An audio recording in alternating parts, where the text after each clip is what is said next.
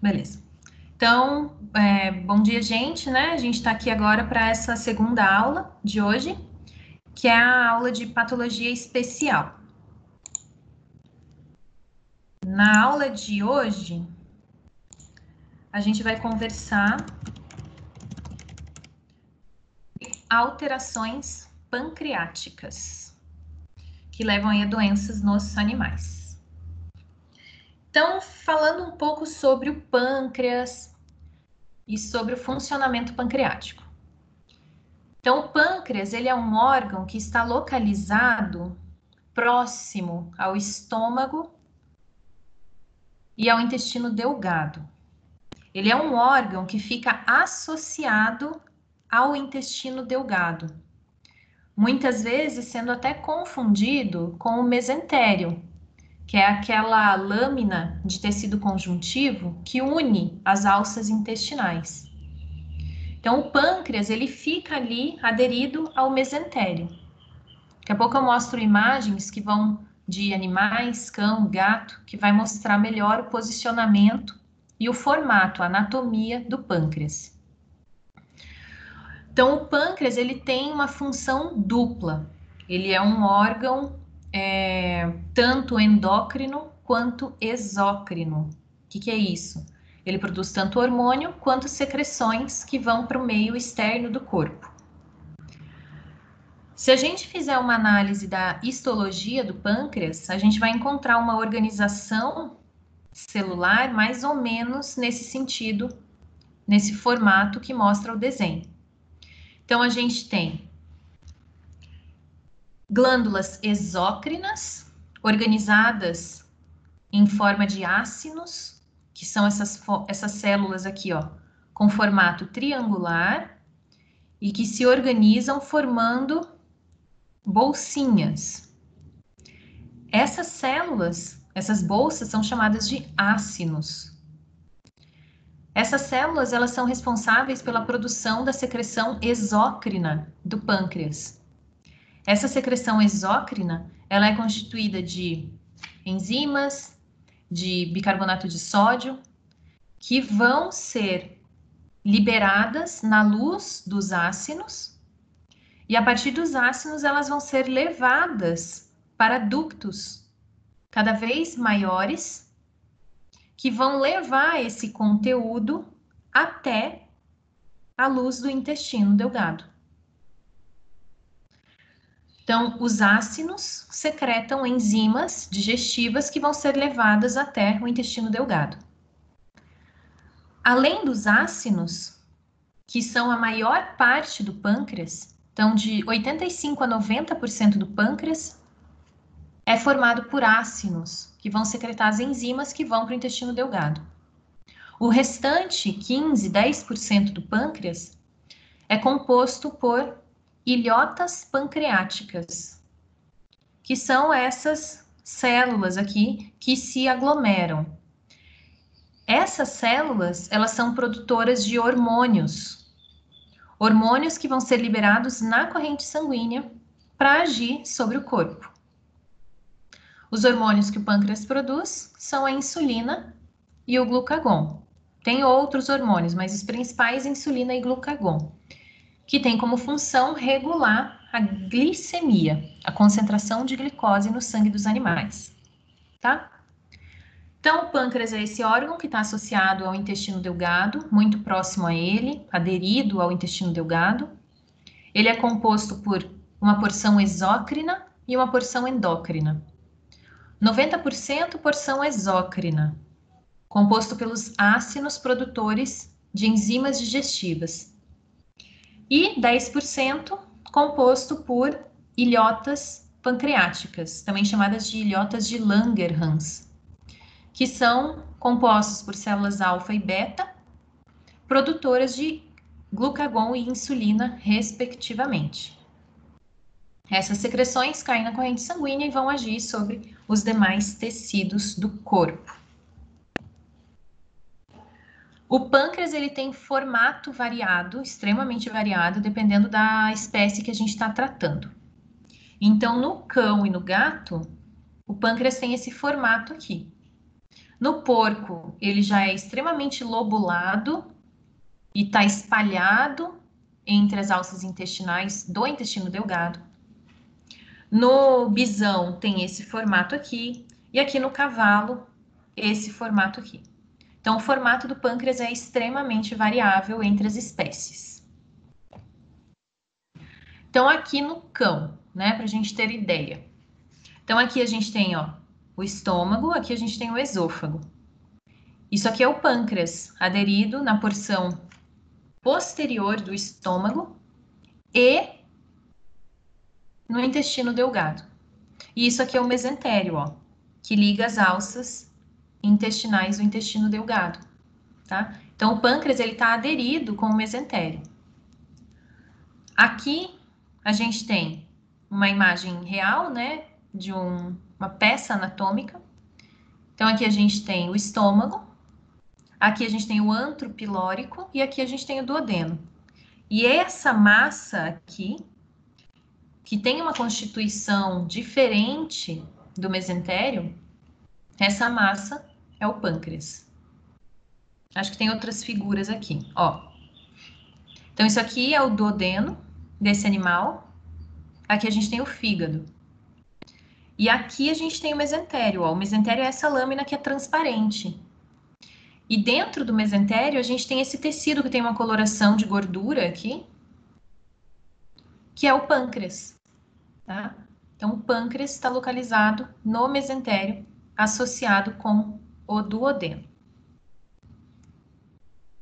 Então, uma das funções do pâncreas é produzir o suco pancreático. O que tem lá no suco pancreático? A gente tem enzimas. Lipase, fosfolipase, amilase, tripsina, quimiotripsina. Essas moléculas, elas estão relacionadas com a decomposição enzimática de alimentos, né? Então, a lipase, quando liberada aqui no intestino, vai degradar lipídios. Fosfolipase, fosfolipídios, amilase, carboidratos, tripsina e quimiotripsina, proteínas, tá? Então, pâncreas produz essas enzimas que vão ser liberadas na luz do trato gastrointestinal. Além disso, o pH do suco pancreático é diferente, é um pH alcalino. Por que é diferente? Porque esse conteúdo alimentar que acaba de chegar no intestino delgado, ele vem do estômago. E no estômago o pH é ácido, né? Então, quando esse conteúdo alimentar sai do estômago e cai no intestino delgado, ele vai entrar em contato com essa secreção pancreática e com a secreção biliar, que tem pH alcalino, então modificando o pH desse alimento que está passando na luz do trato gastrointestinal. Além disso, no suco pancreático, a gente também tem o que é chamado uma molécula, uma proteína chamada de inibidor de tripsina. Por que isso? As enzimas que são produzidas no pâncreas, todas elas são secretadas de forma inativa. Ou seja, elas são secretadas na forma de proenzimas, que também são chamados de zimogênios, com Z, zimogênios. São enzimas inativas. Ah, mas se elas são secretadas de forma inativa, ela não tem atividade sobre o alimento. Então, essas enzimas precisam ser ativadas. Como elas são ativadas? A tripsina é a primeira enzima que é ativada. Como ela é ativada? Ela é secretada na forma de tripsinogênio, e o tripsinogênio, ele entra em contato com a borda em escova do intestino delgado, aonde a gente tem enzimas denominadas enteroquinase. A enteroquinase vai fazer a conversão do tripsinogênio em tripsina. E a partir da ativação da tripsina, a tripsina é responsável por ativar a quimiotripsina e as demais enzimas que são secretadas de forma inativa. E aí a gente vai ter a ativação de todas essas enzimas no lúmen intestinal, tá? Então, elas são secretadas de forma, as enzimas do suco pancreático são secretadas de forma inativa. A tripsina é a primeira a ser ativada pela enteroquinase presente na borda em escova. Uma vez a tripsina ativada, ela vai fazer a ativação das outras enzimas pancreáticas. Aí sim, essas enzimas executarão seu efeito sobre o alimento que está passando aqui. E o inibidor de tripsina, ele é secretado junto, por quê? O inibidor de tripsina tem a função de evitar que as enzimas pancreáticas sejam ativadas dentro do pâncreas. Porque se a gente tem ativação de todas essas enzimas dentro do pâncreas, as enzimas começam a degradar o próprio tecido pancreático. E aí a gente vai ter uma reação inflamatória, que é a pancreatite. Uma das causas de pancreatite pode ser a ativação das enzimas pancreáticas dentro do pâncreas. Isso é uma forma da pancreatite, tá? A gente vai falar mais a respeito disso. Além, então, da produção do suco pancreático, o pâncreas também produz esses hormônios, a insulina e o glucagon, pelas células alfa e beta presentes nas ilhotas de Langerhans, que fazem a regulação da glicemia. Então, isso a gente já sabe, né? Quando eu tenho baixa concentração de glicose no sangue, o pâncreas vai produzir glucagon, que vai agir sobre o fígado, fazendo com que o fígado degrade glicogênio estocado e libere glicose na corrente sanguínea, trazendo os níveis de glicose ao normal. Quando a gente tem hiperglicemia ou alta concentração de glicose no sangue, o pâncreas, as células pancreáticas, vão liberar insulina na corrente sanguínea. A insulina vai facilitar a captação de glicose pelas células do corpo, pelo fígado, pelo tecido adiposo, pelo tecido muscular. E isso vai fazer com que o estoque de glicose dentro dessas células aumente, de glicose convertida aqui já, né, a triacilglicerídeos, aumente. Se a glicose está sendo estocada, a concentração de glicose no sangue tende a diminuir, tá? Então, esses são os efeitos da insulina e do glucagon sobre a glicemia. A gente já discutiu bastante sobre isso. Então, essas são as funções do pâncreas: produzir as secreções e produzir os hormônios. É importante a gente fazer um estudo mais aprofundado sobre os ductos biliar e o ducto pancreático. Por quê? Porque é através desses ductos que algumas bactérias, micro-organismos, vão alcançar o pâncreas, o fígado e vão causar doenças. Então, observemos aqui, ó. Então, a gente tem nos animais ducto biliar, por onde a bile produzida pelo fígado vai ser drenada para o intestino, e a gente tem ducto pancreático, que vai drenar o suco pancreático para a luz intestinal. A gente tem 2 ductos pancreáticos e um ducto colédoco ou biliar.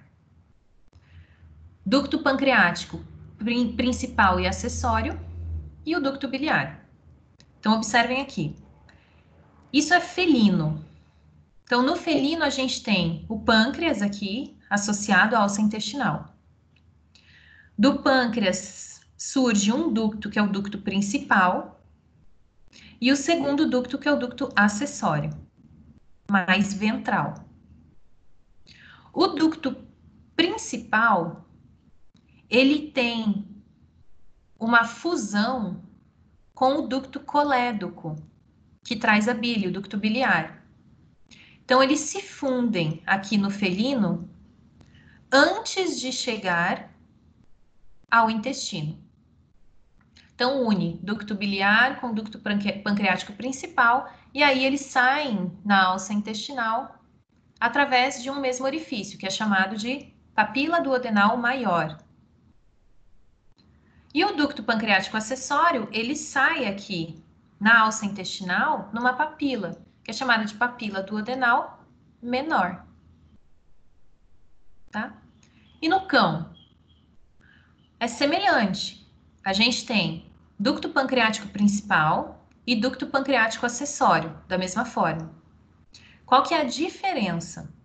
A diferença é que o ducto pancreático e o ducto biliar, eles entram no intestino através da papila duodenal maior. Só que não existe fusão, união do ducto biliar com o ducto pancreático. Então, no cão, a gente tem... Deixa eu ver se eu trouxe a figura aqui. Não. No cão, a gente tem algo semelhante a isso. Intestino aqui, ducto pancreático e ducto biliar, ambos saindo na papila duodenal maior. No gato, a gente tem isso aqui, intestino, ducto pancreático principal, ducto biliar, formando um ducto único que vai se comunicar com a papila duodenal maior. Por que que isso aqui é importante? Porque isso vai facilitar no felino que bactérias que estão presentes aqui na alça intestinal e que eventualmente invadam o ducto que drena esse conteúdo para o intestino, uma vez que elas invadem esse ducto, elas vão se espalhar tanto para o fígado quanto para o pâncreas. No cão, isso é mais difícil de acontecer, porque as bactérias que estão presentes aqui, ou elas vão pegar rumo, sentido ao fígado, ou elas vão pegar o rumo, sentido pâncreas. É mais difícil de a gente ter uma infecção tanto de fígado quanto de pâncreas em cães. Mas isso é comum em felinos. A gente já vai falar a respeito disso, tá? Então, nesse momento, guardem essa diferença anatômica que existe entre cão e gato. Então, o gato, ducto biliar e ducto pancreático se unem, formando ducto único que chega até a papila duodenal maior. No cão, a gente tem ducto pancreático separado de ducto biliar que chegam na papila duodenal maior, mas não se fundem. Aqui tem uma imagem. Isso aqui é o intestino delgado. Observem que ele está hiperêmico, não está normal, está congesto, cheio de sangue, hiperêmico, bastante vermelho, mostrando para gente que tem alguma enteropatia acontecendo ali, tem algum distúrbio intestinal acontecendo. Uma infecção viral, uma infecção bacteriana, alguma coisa está errada ali. Mas o que está mostrando nessa figura aqui é isso aqui, ó, esse orifício. Esse orifício é o ducto duodenal menor, e esse aqui em cima, ducto duodenal maior. A pinça está bem em cima aqui do orifício, tá? Então, só para mostrar para vocês a localização desses ductos, desses orifícios, por onde suco pancreático e biliar chegam até o trato gastrointestinal, tá? E aqui do lado tem uma outra figurinha, mostrando para vocês como que é a organização desses ductos, ó, ducto biliar e ducto pancreático, chegando no mesmo orifício que é a papila duodenal maior, também chamada de esfíncter de Oddi. Então, ó, elas chegam no mesmo orifício, mas só que são ductos separados que drenam esses conteúdos pancreático e biliar, tá? Essa figurinha aqui está mostrando como é a organização dentro da parede intestinal, até esses ductos saírem para a luz intestinal. Então, mostrando que são ductos separados, diferente do gato. Então, no gato existe a fusão desses dois ductos aqui. Beleza?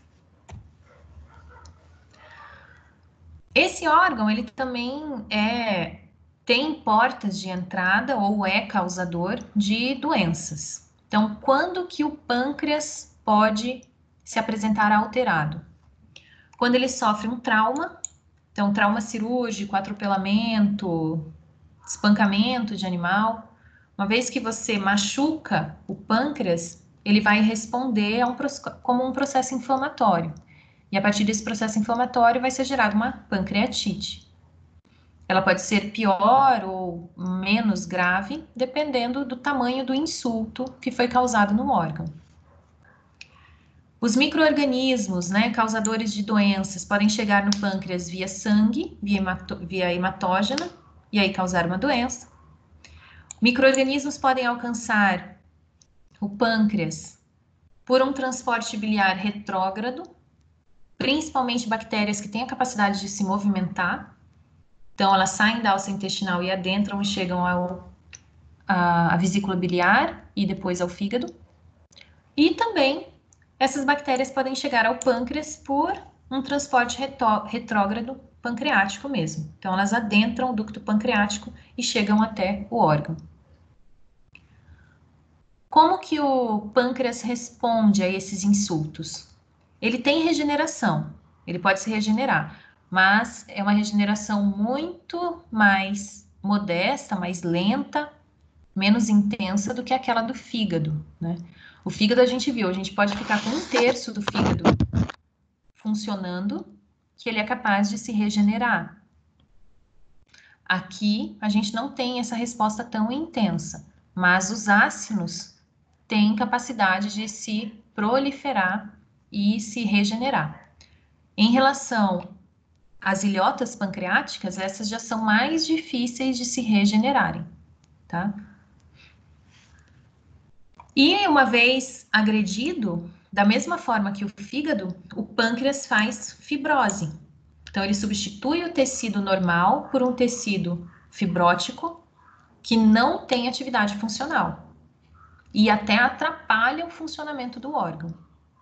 Então, tem que tomar cuidado, da mesma forma que o fígado, tem que tomar cuidado com pancreatites repetitivas, porque isso vai alterando a constituição do parênquima pancreático, predispondo o animal a desenvolver alterações futuramente. Então, o que tem de mais comum de alteração do pâncreas é a pancreatite. Ela pode ser pancreatite aguda, pode ser pancreatite crônica, mas normalmente a pancreatite está associada com necrose. Por quê? Porque a gente tem muitas enzimas dentro do pâncreas. Uma vez que o pâncreas está inflamado, ele vai fazer edema. Fez edema, acho que daqui a pouco vai chegar nessa parte, vai fazer compressão de vasos sanguíneos periféricos, vasos sanguíneos delicados. Fez compressão desses vasos sanguíneos delicados, o fluxo sanguíneo para o órgão fica reduzido. As células entram em hipóxia, começam a sofrer com essa hipóxia, perdem o controle das suas funções celulares, e aí a gente tem a exposição, muitas vezes, das enzimas pancreáticas dentro do órgão. Não somente dentro do órgão, como também sobre os tecidos ao redor. Então, a gente tem tecido adiposo ao redor, tem estômago, tem intestino, tem mesentério, tem omento, tem a cavidade abdominal inteira do animal. Então, dependendo da agressividade dessa pancreatite, a gente tem menor ou maior liberação de conteúdo pancreático na cavidade abdominal do animal. E aí essas enzimas agindo sobre esses tecidos levam à necrose. Então a pancreatite é muito perigosa porque ela leva à necrose tecidual, tá? Quem que está mais suscetível à pancreatite? Cadelas obesas, mas de uma forma geral, animais, cães, têm muito mais pancreatite do que todas as outras espécies de animais domésticos. Vem cão, depois vem gato, e daí vem menor proporção, menor índice de acometimento de pâncreas nas demais espécies, tá? Então, cão e gato são os principais acometidos por pancreatite. E dentre os cães, as cadelas obesas e sedentárias. Por quê? Não tem ainda uma explicação fisiopatológica bem descrita a respeito disso. Mas esses animais, normalmente, eles se alimentam com alimentos muito diferenciados. Então, vai comer frango frito com um monte de tempero, vai comer arroz temperado, feijão temperado, comida humana mesmo. E a comida preparada, né, para o ser humano tem esse monte de condimento que acaba levando a uma irritação do trato gastrointestinal do animal. E ainda não se sabe exatamente por que isso leva a uma irritação pancreática intensa também, né? E aí esses animais têm maior predisposição a desenvolver pancreatite. Tem algumas raças também que são mais suscetíveis. Aquele Spitz, por exemplo, é uma raça que é altamente suscetível à pancreatite. Então, tem que tomar muito cuidado com o tipo de alimento que você fornece para os animais, né? Principalmente os de raça, algumas raças mais suscetíveis do que outras. Quais são os sinais clínicos que o animal com pancreatite vai apresentar? Então, ele tem vômito, diarreia, anorexia, flacidez abdominal ou rigidez abdominal, quando ele tem muita dor. Pode variar. Além disso, esses animais, então, são sinais clínicos genéricos, né? Bem genéricos. Vômito, diarreia, anorexia, flacidez ou rigidez abdominal. E além disso, alguns animais podem apresentar alteração nas fezes. Então, as fezes, elas têm aquela constituição que vocês estão acostumados a ver. Tem um formato do bolo fecal, ele é rígido, até certo ponto ele tem a sua consistência. Animal que tem pancreatite, alguns, ao invés de apresentar uma diarreia líquida, eles podem apresentar fezes que não têm o seu formato bem estabelecido. Eles têm umas fezes mais soltas. Por quê? Porque o conteúdo alimentar não foi completamente degradado, porque as enzimas pancreáticas não foram liberadas em quantidade suficiente para fazer a degradação do alimento. Então, o alimento que sai nas fezes, ele sai semi-degradado. E aí as fezes não adquirem a consistência adequada. E aí são liberadas essas fezes com uma consciência pastosa, que sai no meio das fezes muitos gases também quando o animal está defecando, tá? Dá para perceber essa mudança aí nas fezes do animal. Mas de uma forma geral, sinais clínicos bastante amplos, bastante genéricos. Como que a gente vai fazer esse diagnóstico? Manda esse animal para fazer uma ultrassonografia, né? Também pode ser feito a endoscopia, isso que eu estava pensando. Pode ser feito através de endoscopia também, tá? Mas a ultrassom é mais em conta, né, como um exame inicial. E daí você vai ver lá o aumento do pâncreas, que pode estar associado com aumento de espessura de alça intestinal, pode estar associado com dilatação de vesícula biliar ou de ductos biliares, porque toda a região fica afetada pela pancreatite. Lesão macroscópica. Diga. E o animal pode mostrar sintomas só pelas fezes e não os outros sinais? Normalmente, Regi, ele vai te apresentar algum outro sinal, né? Ele não vai conseguir se alimentar direito, porque ele tem dor abdominal, ele vai ficar mais apático. Então, normalmente é isso. Entendi. A constituição das fezes está muito relacionada ao tipo de alimento que ele recebe, né? Então, a tipo de ração, o tipo de alimento, que daí vai modificar um pouco a constituição das fezes. Então, às vezes, se tem um cachorro que está com as fezes com constituição alterada, troca o alimento. E aí vê o que vai acontecer. Mas são 5, só um apresenta isso. As outras fezes são normais. Não pode ser pancreatite? Mas ela é mais quietinha, ela é mais apática? Ela é obesa, ela não sedentária, tem tudo que a professora falou.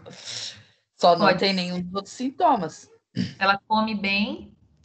Sim, come bem. Ela, né, é especial, não tem um membro, Mas eu acho que isso não influencia nada. E só ela tem as fezes dessa forma que a professora falou. Nenhum outro. Todos têm as fezes firminhas, bonitinhas. E ela não. Ela é só... Tanto o Ney já chegou até a fazer. Eu levei fezes pro Ney fazer exame para mim lá no laboratório, para ele ver se ele achava alguma coisa. E ele fez vários métodos e não achou nada. Pode ser, Regi, mas tenta palpar o abdômen dela, veja como que ela se sente, se ela responde com dor, porque normalmente eles têm muita dor, pancreatite causa muita dor. Então o animal fica bem debilitado, assim, sabe? Ele não quer muito papo, ele quer ficar quietinho, para de comer. Mas você pode ver se de repente ela tem uma disfunção na secreção aí de suco pancreático ou biliar mesmo. E a US pode me ajudar. A ultrassom, o ultrassom ajuda. Tá. Beleza? Vou fazer.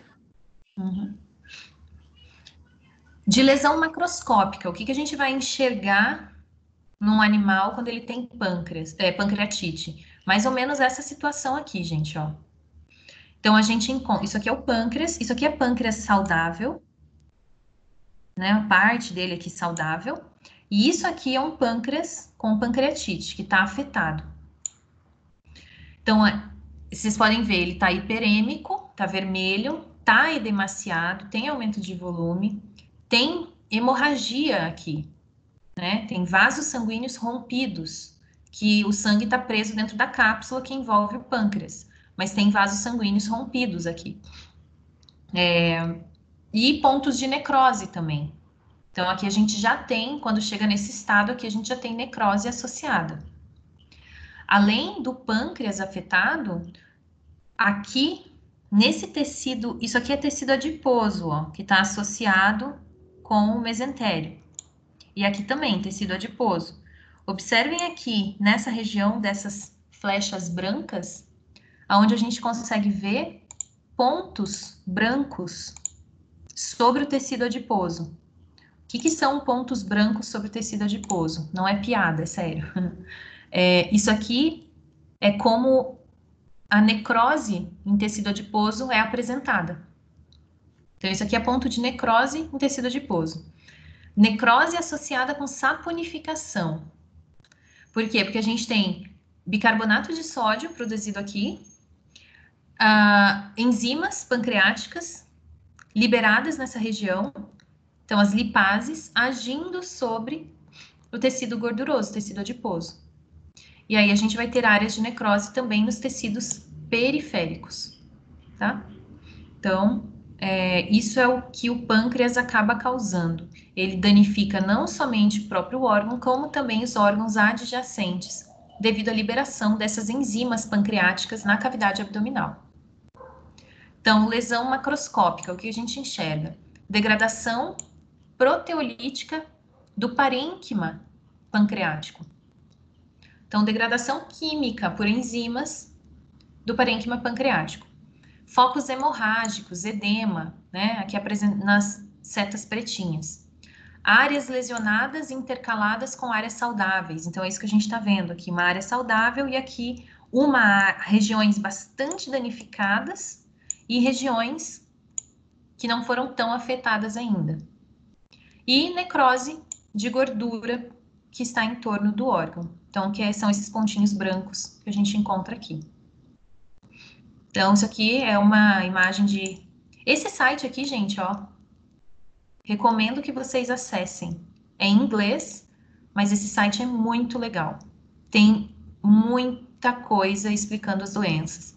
Então, você põe lá, sei lá, pancreatite. Aí ele vai te mostrar todos os tipos de pancreatite que existem, a fisiologia do pâncreas, quais são as funções, as diferenças entre as espécies. Esse site é bem legal. Então, isso aqui foi tirado desse site, né? Um cão com pancreatite aguda. E aqui, eu coloquei essa imagem aqui do lado para vocês, para mostrar as alterações microscópicas que acontecem no pâncreas. Então, isso aqui, ó, é um ácino produtor de suco pancreático. Aqui do lado a gente tem outro ácino, aqui tem outro ácino, e assim sucessivamente. Cada voltinha dessa aqui, que vocês conseguem delimitar mais ou menos, né, na imagem, são ácinos. que a gente tem outro ácido e assim vai. Só que o que acontece? A gente deveria encontrar apenas ácidos e as ilhotas pancreáticas, que aparecem em menor quantidade, eu não consigo diferenciar aqui. Mas no tecido que já sofreu pancreatite, o órgão que já sofreu pancreatite, ele vai apresentar esse tipo de tecido aqui, ó, no meio. Que tecido é esse? É a fibrose. É a fibrose pancreática acontecendo. Então, é substituição do tecido normal pelo tecido alterado. Além disso, nos tecidos que a gente tem inflamação acontecendo, a gente tem infiltrado dessas células aqui, que são os leucócitos. Então, observem que aqui no ácido, a gente tem os núcleos das células delimitando o ácido, né? E esses são os núcleos que a gente tem que observar normalmente no tecido saudável. Quando a gente tem pequenos núcleos localizados no meio das células e próximos a um tecido alterado, como é esse daqui, que foge do padrão de constituição normal do tecido, a gente identifica então essas células como sendo infiltrado inflamatório. Células do sistema imunológico, leucócitos, que estão invadindo o tecido para combater a inflamação que está acontecendo ali no local. Tá? Então, essas são as alterações microscópicas. A gente vai ver fibrose, a gente vai ver infiltrado inflamatório. Aqui tem outras imagens. Então, aqui a gente já tem fibrose no tecido, essa é a mesma imagem anterior. Então, a gente tem fibrose acontecendo no tecido. E aqui a gente tem um pâncreas com uma pancreatite aguda, sem fibrose do tecido. Então, é uma pancreatite que a recém se instalou nesse animal. Esse animal aqui, ele já sofreu pancreatite no passado, e por isso ele tem esse tecido fibrótico aqui. E por isso ele tem esse tecido fibrótico aqui, né? Aqui é um animal que está passando, vamos imaginar aí que ele está passando pela primeira vez por uma pancreatite. Então, ele não tem tecido fibrótico, ele tem apenas o infiltrado de células inflamatórias no pâncreas, tá? Então, só para mostrar duas situações aí distintas para vocês. A patogenia da pancreatite. Então, como que se desenvolve a pancreatite?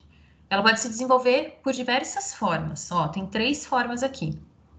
Ou acontece obstrução dos ductos, ou existe uma agressão direta às células acinares e as ilhotas de Langerhans, ou existe distúrbio de tráfego das enzimas no citoplasma das células acinares.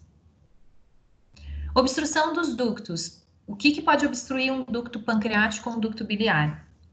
Cálculos formados nessas regiões, então todas as glândulas que excretam alguma coisa podem formar cálculos. Então a gente pode ter cálculo de glândula salivar, de glândula lacrimal, não é muito comum, mas aqui da glândula salivar a gente tem cálculos que se formam aqui. Na bile a gente tem cálculos que podem se formar, tá? Uma vez formados esses cálculos, eles vão percorrer os ductos e podem obstruir o fluxo. E aí a gente vai ter uma inflamação do órgão de onde vem esse líquido que está sendo produzido. Parasitas. Então, tem parasitas que podem migrar da alça intestinal, entrar nesses ductos e causar uma bagunça, obstruindo o fluxo. Edema. Então, edemas regionais, eles podem obstruir os ductos. Hipóxia local. A hipóxia... Ah, meu Deus, a Pandora está fazendo estrago aqui. A hipóxia local pode levar à inflamação, que leva ao edema, que leva à obstrução dos ductos. E assim vai. Agressão direta às células acinares. Então, tem muitos medicamentos e substâncias tóxicas, como, por exemplo, alguma coisa presente no alimento que foi fornecido ao animal, que leva à lesão dos ácidos pancreáticos. E aí, a pancreatite. Distúrbio do tráfego de enzimas no citoplasma. Então, alguma alteração ou genética desse animal, ele já nasce com uma alteração, ou alguma substância tóxica que leva à alteração da função celular. E aí, essas enzimas se ativam dentro da célula, levando à pancreatite, tá?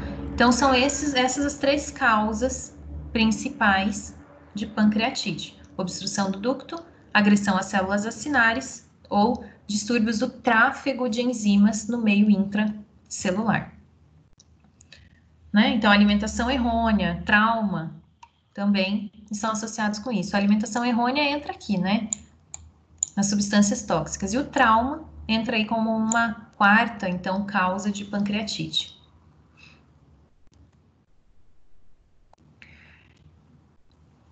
Eu expliquei para vocês aquela questão toda dos ductos pancreático e ducto biliar nos felinos, por quê?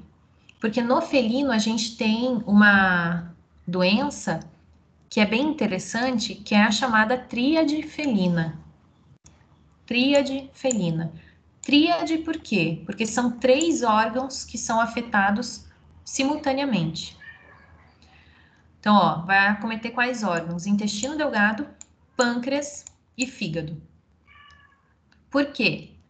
Porque o felino tem essa união aqui, ó, do ducto pancreático e do ducto biliar antes de chegar ao intestino. Uma vez que a gente tem uma infecção intestinal acontecendo, essas bactérias penetram nesse ducto comum. E a partir do ducto comum, se dispersam tanto para o fígado quanto para o pâncreas. Então, os 3 órgãos, fígado, pâncreas e intestino delgado, podem aparecer acometidos por numa doença, né, que é chamada tríade felina. Os agentes patogênicos são diversos, tá? Então, pode ser, não tem uma bactéria ou um vírus específico que leva a essa doença. São agentes patogênicos diversos que podem causar essa alteração. Então, por que os felinos estão mais suscetíveis? Devido à disposição próxima dos ductos biliar e pancreático, que permite, então, a transmissão de antígenos, de proteínas, bactérias, agentes infecciosos e toxinas do duodeno, ou do fígado, ou da vesícula biliar, ou do pâncreas, se espalhando para esses 3 órgãos. E aí a gente tem uma associação de inflamações nos 3 órgãos acometendo o felino. Agora imagina, o gato já é super sensível, o fígado dele já tem uma capacidade metabólica que é diferente, ela é mais lenta, ela é mais dificultosa em relação ao cão. Aí a gente tem um acometimento desses 3 órgãos simultaneamente, né? Então, o felino se apresenta bastante, num quadro bastante crítico, quando ele apresenta a tríade felina. E como que faz o diagnóstico se é tríade ou não? Faz ultrassom, você vai verificar que esses 3 órgãos estão alterados. Após o ultrassom, endoscopia e coleta de material para biópsia desses órgãos, para identificar se de fato isso é a tríade felina.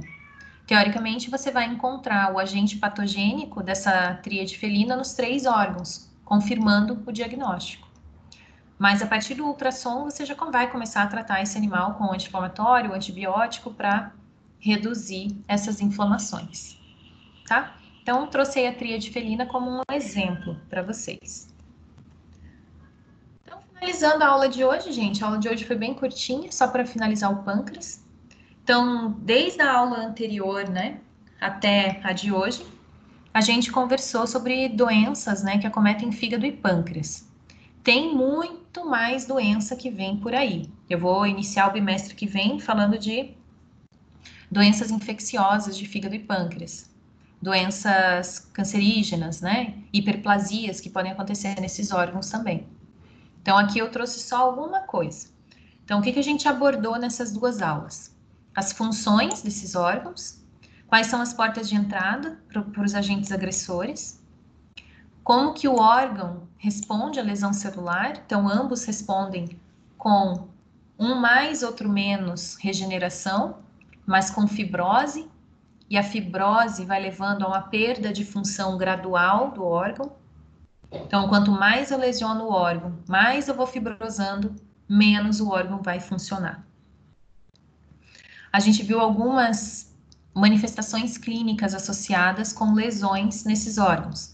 Então, a icterícia, que é o amarelão, né? Causado por um outro distúrbio, pode ser função hepática, mas pode ser função extrahepática alterada.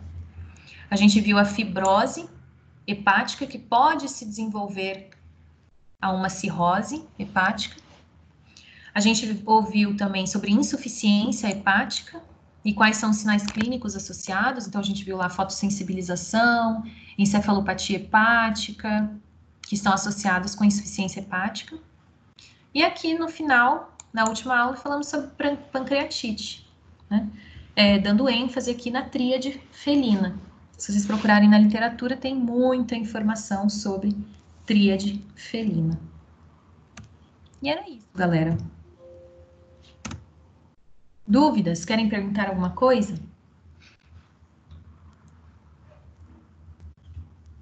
Eu vou encerrar a gravação só da aula aqui.